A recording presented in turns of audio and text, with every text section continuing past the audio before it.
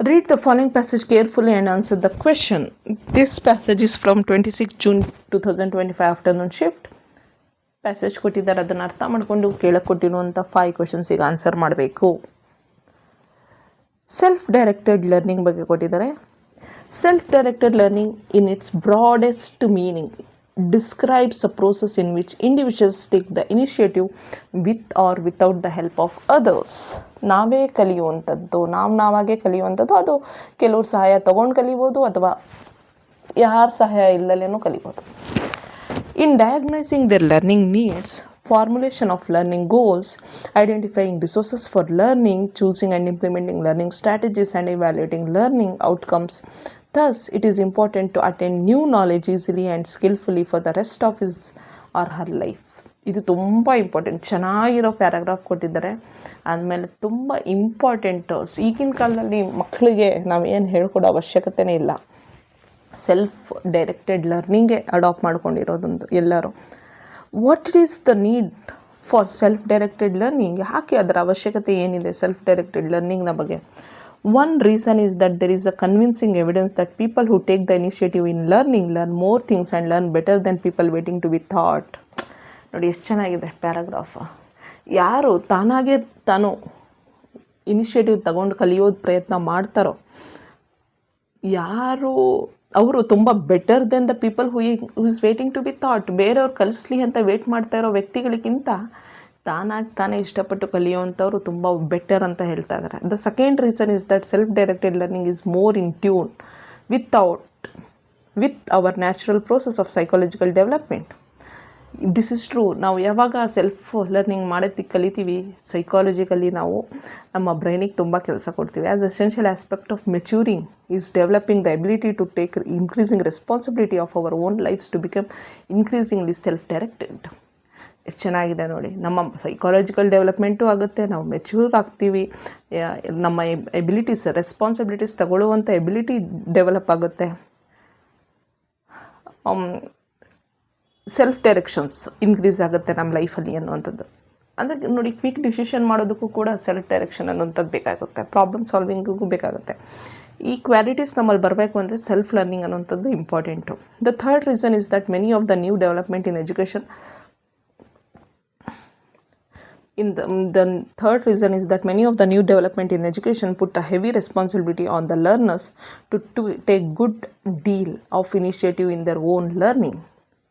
ಮೂರನೇ ರೀಸನ್ ಏನು ಅಂದರೆ many of the new development, ಇತ್ತೀಚೆಗೆ ಏನೇನು ಹೊಸ ಡೆವಲಪ್ಮೆಂಟ್ ಆಗ್ತಾಯಿದೆ, ವ್ಯಕ್ತಿಗಳ ಮೇಲೆ ತುಂಬ ರೆಸ್ಪಾನ್ಸಿಬಿಲಿಟಿ ಆಗ್ತಾ ಇದೆ. ಅದರಿಂದ ತಾನಾಗಿ ಕಲಿಯುವಂಥದ್ದು ತುಂಬ ಇಂಪಾರ್ಟೆಂಟ್ ಆಗುತ್ತೆ. To meet the challenges in today's instructive environment, self-directed learning is most essential. ನೋಡಿ, ಇನ್ಸ್ಟ್ರಕ್ಷನ್ಸ್ ಕೊಟ್ಟು ನಾವು ಕಲಿಯುವಂಥ ಎನ್ವೈರನ್ಮೆಂಟ್ ಏನಿದೆ ಅಲ್ಲಿ ಕೆಲವೊಂದು ಚಾಲೆಂಜಸ್, ಅಡಚಣೆಗಳಿವೆ. ಅದನ್ನ ನಾವು ಮೀಟ್ ಮಾಡ್ಕೊಳ್ಬೇಕು ಅಂದರೆ self directed learning is better ಅಂತ ಹೇಳ್ತಾ ಇದ್ದಾರೆ. Just imagine if PhD become self directed. ಈಗ ಆನ್ಲೈನ್ ಯೂನಿವರ್ಸಿಟೀಸ್ ಎಲ್ಲ ಎಷ್ಟೊಂದು ಆಫರ್ ಮಾಡ್ತಾ ಇದೆ, ಅಪ್ಗ್ರೇಡ್ ಆ ಥರ ಯೂನಿವರ್ಸಿಟೀಸ್ಗಳೆಲ್ಲ. ಅದೆಲ್ಲ ತುಂಬ ವ್ಯಾಲಿಡಾಗಿ ಆಕ್ಸೆಪ್ಟ್ ಮಾಡ್ಕೊಳ್ಳೋದಕ್ಕೆ ಸ್ಟಾರ್ಟ್ ಮಾಡಿಬಿಟ್ರೆ UGC ಪ್ರಕಾರ ಎಷ್ಟು ಯೂಸ್ ಆಗುತ್ತಂದರೆ, you don't need to depend on this worst PhDs guides who are, ಕೆಲವೊಮ್ಮೆ ನೋಡ್ತಾ ಇರ್ತೀವಲ್ಲ ನಾವು, PhD ಗೈಡ್ಸ್ ವರ್ಸ್ಟಾಗಿ ಟ್ರೀಟ್ ಮಾಡ್ತಾ ಇರ್ತಾರೆ ಅವ್ರ ಅಂಡರಲ್ಲಿ ಇರುವಂಥ ಕ್ಯಾಂಡಿಡೇಟ್ಸ್ಗೆ. ಅವರಿಂದ ಎಲ್ಲ ರೀತಿಯಾದಂಥ ಕೆಲಸಗಳನ್ನ ಮಾಡಿಸ್ಕೊಳ್ತಾ ಇದ್ದಾರೆ. They are treating them as a slaves. So this is one disadvantage of direct learning ಅಲ್ವಾ, ಇನ್ಸ್ಟ್ರಕ್ಟಿವ್ ಲರ್ನಿಂಗ್ ಎನ್ವೈರ್ಮೆಂಟಲ್ಲಿ. ಅದೇ ಇನ್ಸ್ಟ್ರಕ್ಷನ್ಸ್ ಗೈಡ್ಸೇ ಬೇಡ, ಯಾರೋ ಫಾರಿನಲ್ಲಿರುವಂಥ ಗೈಡ್ ಅಂಡರಲ್ಲಿ ನಾನು ಕಲ್ತ್ಕೊಂಡು ಆನ್ಲೈನೆಲ್ಲ ಕಲ್ತ್ಕೊಂಡು I will do my research, I will submit my thesis, I will get my PhD ಅಂದಾಗ ಸೆಲ್ಫ್ ಡೈರೆಕ್ಷನ್ ಲರ್ನಿಂಗ್ ಇದ್ದರೆ with less help of others, obviously our PhD can be completed easily. See this can be the one benefit. Okay, so ಆವಾಗ arrogance in that guides mind ಇದೆ ನೋಡಿ, they have that PhD ಅನ್ನುವಂಥದ್ದು, that will automatically go off. Okay fine, ಇಲ್ಲಿ ಅದಕ್ಕೂ ಇದಕ್ಕೂ ಸಂಬಂಧ ಕಟ್ಕೊಂಡು time waste ಮಾಡೋದು ಬೇಡ. Let's go to the questions here. Question number 46. An individual by virtue of self-directed learning can independently take initiatives, remain passive and waits for direction? No. It always depends on others, feels helpless? No. Answer is can independently take initiative. Question number 47. Self-directed learning is useful as it is an innovative way of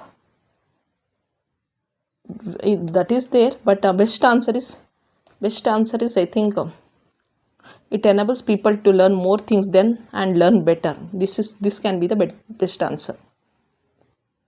Which of the following best describes self-directed learning? Active learning.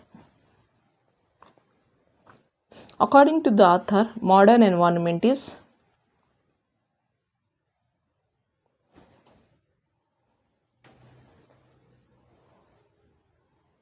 instructive. Question number 50. The synonym ಅಂದರೆ ನೋಡಿ, synonym ಅಂತ ಕೇಳಿದ್ದಾರೆ ಇಲ್ಲಿ. Synonym means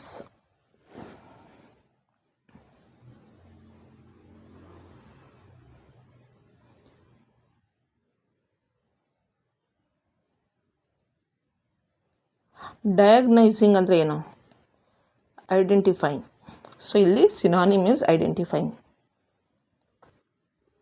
okay, synonym ಅಂದರೆ ಸಮಾನಾರ್ಥಕ.